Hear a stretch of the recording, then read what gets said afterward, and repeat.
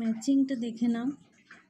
চার্বাক দর্শন হচ্ছে চরমপন্থী নাস্তিক, এর সঙ্গে 2 জৈন দর্শন হচ্ছে নরমপন্থী নাস্তিক,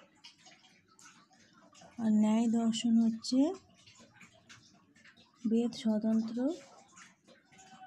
আস্তিক, আর বেদান্ত দর্শন বেদ অনুগত। নেক্সট দেখো, ন্যায় দর্শনের সঙ্গে যাবে মহর্ষি গৌতম, যোগ দর্শন পতঞ্জলি, বেদান্ত দর্শন বৌদ্ধ দর্শন গৌতম বুদ্ধ।